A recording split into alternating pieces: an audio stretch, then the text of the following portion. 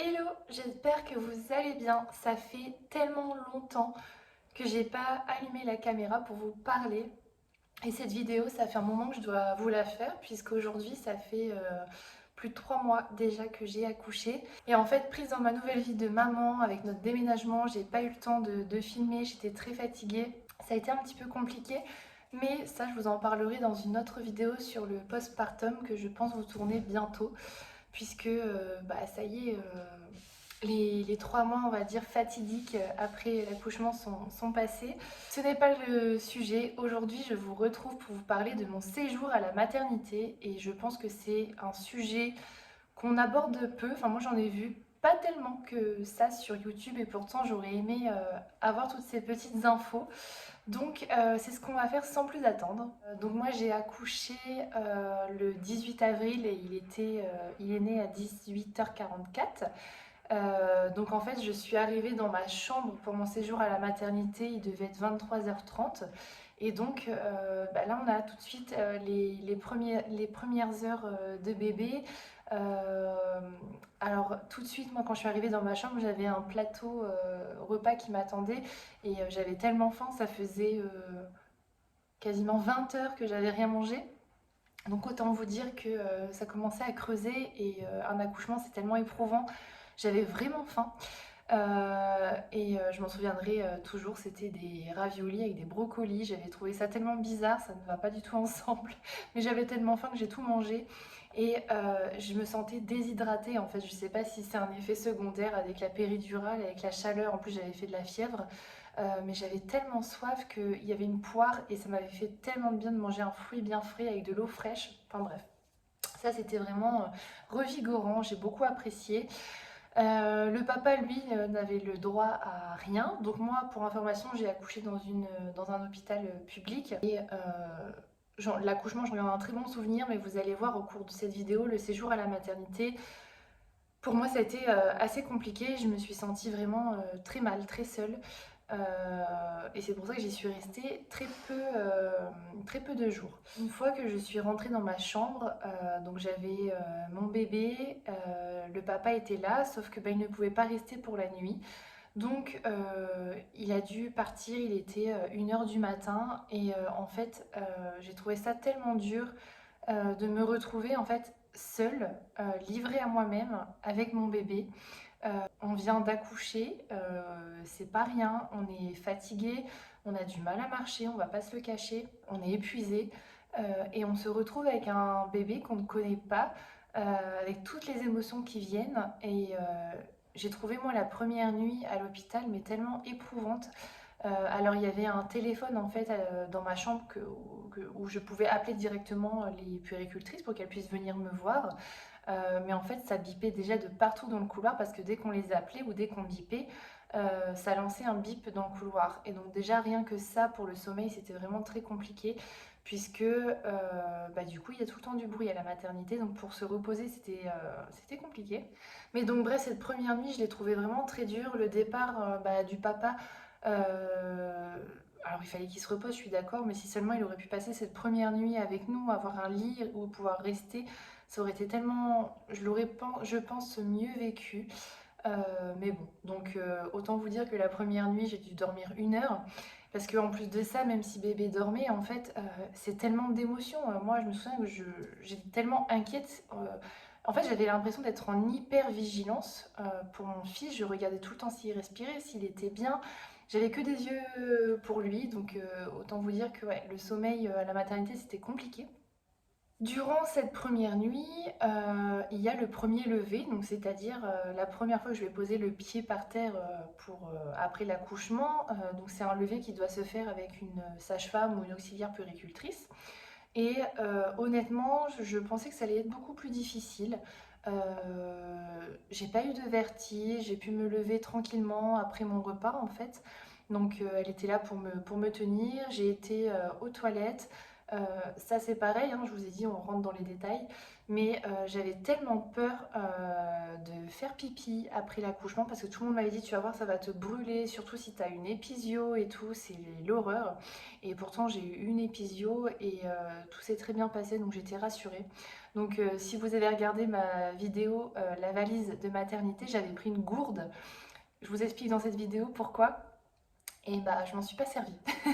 Donc bref, donc le premier lever, j'ai tout de suite été dans la salle de bain, j'ai dit à la puéricultrice d'attendre derrière la porte et j'ai pris une douche parce que je me sentais tellement poisseuse, on transpire énormément pendant un accouchement, c'est tellement physique, j'avais besoin de me laver, de me sentir fraîche, de me débarrasser des saletés que je pouvais avoir sur moi et ça m'a fait tellement du bien, c'était vraiment bénéfique.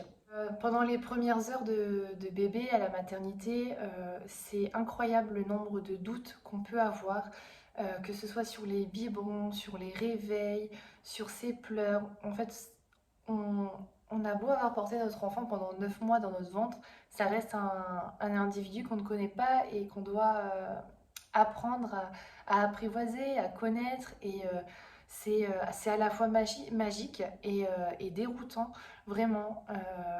Donc heureusement que les puéricultrices sont présentes. Moi je sais qu'il y avait un travail de dingue au moment où j'ai accouché et malgré ça, elles ont quand même toujours été présentes. Elles ont su répondre à mes questions. Euh, je pense que j'ai eu ce sentiment de me sentir seule car le papa ne pouvait pas rester tout le temps avec moi en fait et je pense que c'est clairement ça qui a fait que j'ai un petit peu mal vécu ce séjour. Côté médical, il y avait un suivi que je trouve vraiment parfait, peut-être même un petit peu trop. Moi, tous les jours, j'avais une auxiliaire, enfin une sage-femme qui venait voir mes points, voir si j'allais bien. J'avais une puéricultrice qui venait de s'occuper de l'otard aussi tous les matins pour les soins, pour me montrer. Au niveau des soins, franchement, elles ont été parfaites puisque je me souviens, le premier bain, donc le papa n'était pas là le matin, donc j'ai fait le premier bain avec la puéricultrice, donc c'est elle qui s'est occupée de tout, elle m'a montré les gestes, et ensuite le deuxième jour, c'est le papa qui a fait le bain, accompagné de la puéricultrice qui lui a expliqué également, donc franchement elles ont pris le temps, et ça c'était vraiment un bon moment, j'étais vraiment très contente de cet accompagnement. Par contre c'est vrai que ce qui est compliqué et que je ne comprends pas, alors je sais qu'un bébé à la naissance, il perd un petit peu de poids, il faut surveiller, il faut qu'il mange, d'accord. Mais quand on a un bébé qui fait plus de 4 kilos, je pense qu'on n'a pas trop à s'inquiéter. Et moi, en fait, ce qui m'a vraiment déplu et ce qui a fait que j'ai eu du mal à récupérer à la maternité, c'est que toutes les 3 heures, j'avais une sage-femme qui venait dans la chambre, qui allumait les lumières et qui nous réveillait. Donc que ce soit jour et nuit, c'était tout le temps comme ça. Donc pour me demander s'il avait bu, s'il avait uriné, si on avait changé sa couche, enfin voilà. Alors je comprends, c'est comme ça, mais en fait, je trouve ça totalement, c'est pas indispensable. Enfin dans mon cas, ça ne l'était pas. Et j'ai trouvé ça quand même assez fatigant et assez énervant, puisqu'en rentrant à la maison, mon fils s'il dormait, je ne le réveillais pas pour lui donner son biberon. On ne partait pas de ce principe-là. Donc bon, après, voilà, c'est mon ressenti. Ensuite, si on parle un peu plus côté maman, les heures après un accouchement, j'avais l'impression d'avoir mon esprit dans un corps que je ne connaissais pas clairement et ça m'a fait ça pendant plusieurs semaines après l'accouchement puisque bah, c'est impressionnant comme on peut avoir un gros ventre au moment de l'accouchement et du jour au lendemain on se retrouve avec un ventre qui est tout flasque, qui est mou et on n'a plus notre bébé en nous et franchement c'est tellement bizarre comme sensation. On a porté notre enfant pendant 9 mois, on l'a senti bouger. Et même après le séjour à la maternité, j'ai énormément ressenti ce manque de mon bébé, rien qu'à moi dans mon ventre, le sentir bouger. Enfin voilà, c'est vraiment... En fait, on apprend à se retrouver seul avec notre propre corps. Et je trouve que c'est aussi toute une étape importante. Étonnamment, je trouve que j'ai été assez indulgente avec mon corps forcément à la maternité puisque bah on a autre chose à penser. Je vous parlerai plus de mon rapport au corps dans ma vidéo sur le postpartum puisque bah au fil des mois ça a changé. Mais c'est vrai qu'au début c'était ok. Alors, côté vergeture, j'ai eu aucune vergeture pendant ma grossesse et au moment de l'accouchement, quand le ventre a rétréci, en fait, ça a craqué. Alors, pas beaucoup, mais je pensais pas que ça pouvait arriver à ce moment-là. Mais ça arrive, faut le savoir. Ce qui marque le séjour à la maternité, bah, c'est se découvrir en tant que maman, c'est découvrir un amour qui est unique, qui est inconditionnel. C'est d'une force incroyable. On a beau être épuisé, malgré les pleurs de bébé, on, on est au taquet. Enfin, moi, je me souviens que les sages-femmes m'avaient dit vous venez d'accoucher, madame, doucement, parce que bah, en fait, la première nuit que j'ai gardé bébé toute seule à la maternité, j'étais debout en train de le bercer. C'est vrai que j'étais pas bien à en faire un malaise quasiment, mais en fait, on se découvre une force qui est magique, et tout ça, c'est par amour, et c'est juste incroyable si vous êtes maman. D'ailleurs, n'hésitez pas à me donner vos impressions en commentaire, à en discuter avec moi, mais c'est vrai que c'est assez magique. Alors, comme je vous l'ai dit, moi j'ai demandé une sortie de la maternité précoce. J'ai accouché le lundi, et si je dis pas de bêtises, j'ai accouché le lundi soir.